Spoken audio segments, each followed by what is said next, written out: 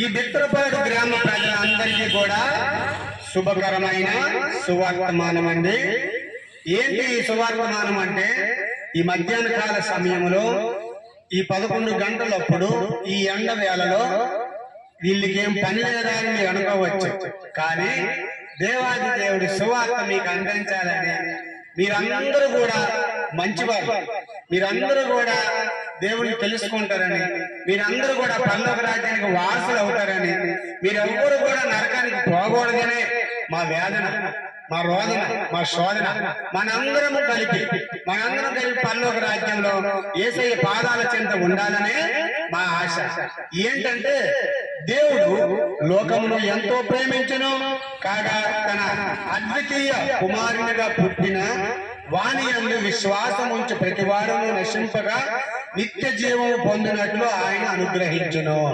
అంటే దేవుడు ఈ లోకాన్ని ఎంతో ప్రేమించాడండి, ఎంతో ఎంతో ప్రేమించాడు కనుకే కల్వరి శిలువలో ఆయన్ని కొట్టాడు, ఆయన ముఖం మీద మూసాడు, ఆయన పిడిగుందులు గుద్దారు, ఆయన పక్కలో బల్లెంపోట్లు పొడిశారు, ఆయన నెత్తికి ముళ్ళ కిరీటం పెట్టారు, ఆయన కొరడాదెబ్బలు కొట్టారు.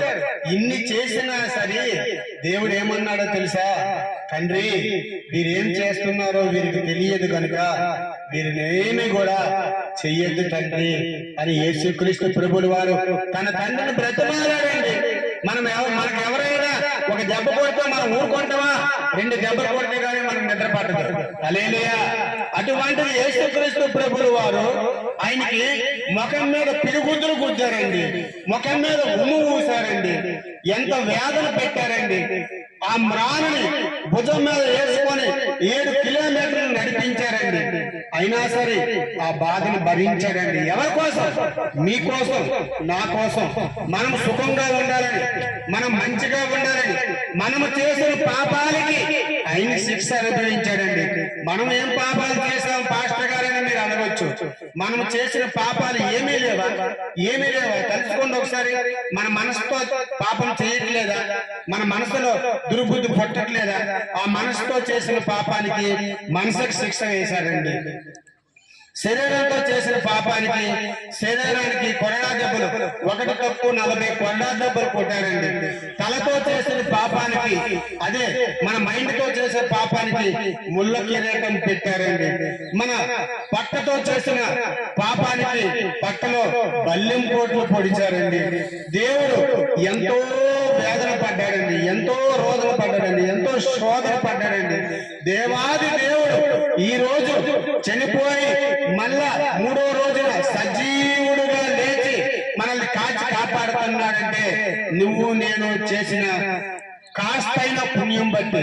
ఇగో చూడండి, మనకి కరోనా వచ్చింది, మీకు అందరికీ తెలుసు. కరోనాలోన ఎంతో మంది గనులు, గణపాటి వారు, పేరు ప్రఖ్యాతులు కలిగిన వారు, డబ్బున్నోలు, బలవీరులు, బలసూరులు, రాజకీయవేత్తలు, సినీయేటర్లు, కోటేశ్వర్లు, ఎంతో మంది బిల్కెట్స్ మధ్యలో కలిసిపోయారండి. ఈ రోజు నువ్వు నేను ఉన్నామంటే, మీరు నేను ఉన్నామంటే అది దేవుడు ఉచిత కృపండి. దేవుడు మనకిచ్చిన కృపండి. నిజంగా మనం ఏమైనా గొప్పవారమా? మనకాడేమైనా డబ్బు ఉందా?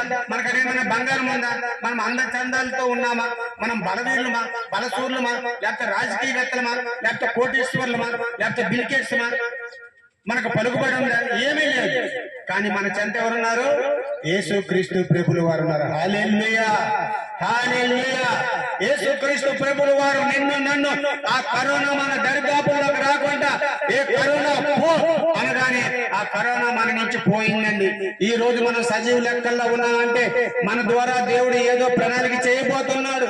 నా బిడ్డ ఇంకా నమ్ముకుంటది, నా బిడ్డ ఇప్పటికే నమ్ముకోలేదని అనుకున్నా సరే, మీరు నమ్ముకోకపోయినా సరే, మీరు నమ్ముకునేలా దేవాది దేవుడు మాట్లాడతాడండి. ఎందుకు మాట్లాడతాడు అంటే, మనమంతా ఆయన సొత్తు, ఆయన ప్రాణం ఇచ్చి, ఆయన క్రయదయం ఇచ్చి, ఆయన క్రయధనము ఇచ్చి మనల్ని కొనుక్కున్నాడండి.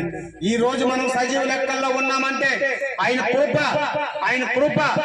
కేవలం ఆయన కృప, ఆయన దయ, ఆయన దాక్షిత్యంతోనే మనం ఈ రోజు సజీవ లెక్కల్లో ఉన్నామండి.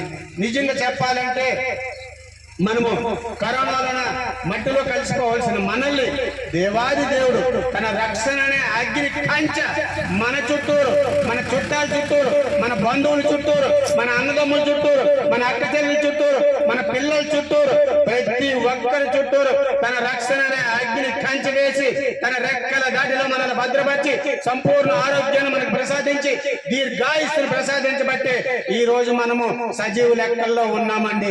మనం తప్పు చేసామని మన తల్లిదండ్రులు కొట్టచ్చేమో కానీ దేవుడు మాత్రం మనల్ని కొట్టడండి.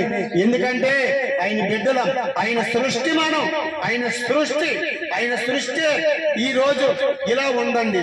దేవాది దేవుడు ఇప్పటికైనా సరే నా బిడ్డ వస్తావా, నేను నిన్ను ఆహ్వానిస్తున్నాను, నా కాడికి రా అని పిలుస్తున్నాడండి.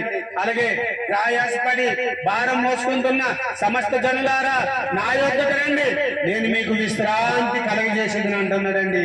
ఉదయం లేచి నుంచి రాత్రి పడుకున్నంత వరకు ఏమి తింటాము, ఏమి వండుకుంటాము, ఎక్కడికి వెళ్తాము, ఎక్కడ పని దొరుకుతుందా, రేపటికి ఎలాగా మన భవిష్యత్తు ఎలాగా, మన పిల్లల భవిష్యత్తు ఎలాగా, మన తల్లిదండ్రుల భవిష్యత్తు ఎలాగా, మనకి తిండి ఎలాగా, మనకు గుడ్డలుగా, మనకు గూడెలుగా అని ఉదయం నుండి రాత్రి వరకు మనం ఆలోచిస్తూనే ఉంటామండి.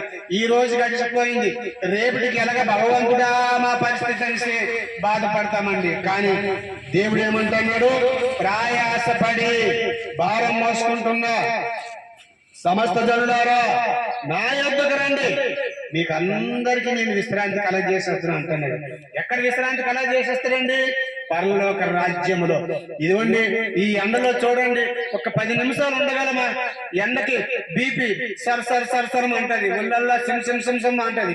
అటువంటిది నరకములో నిత్యము మన ఆత్మ కృంగ చేస్తుంటది, నిత్యము మన ఆత్మ భయపడుతూనే ఉంటది, నిత్యం మన ఆత్మ కాలుతూనే ఉంటది.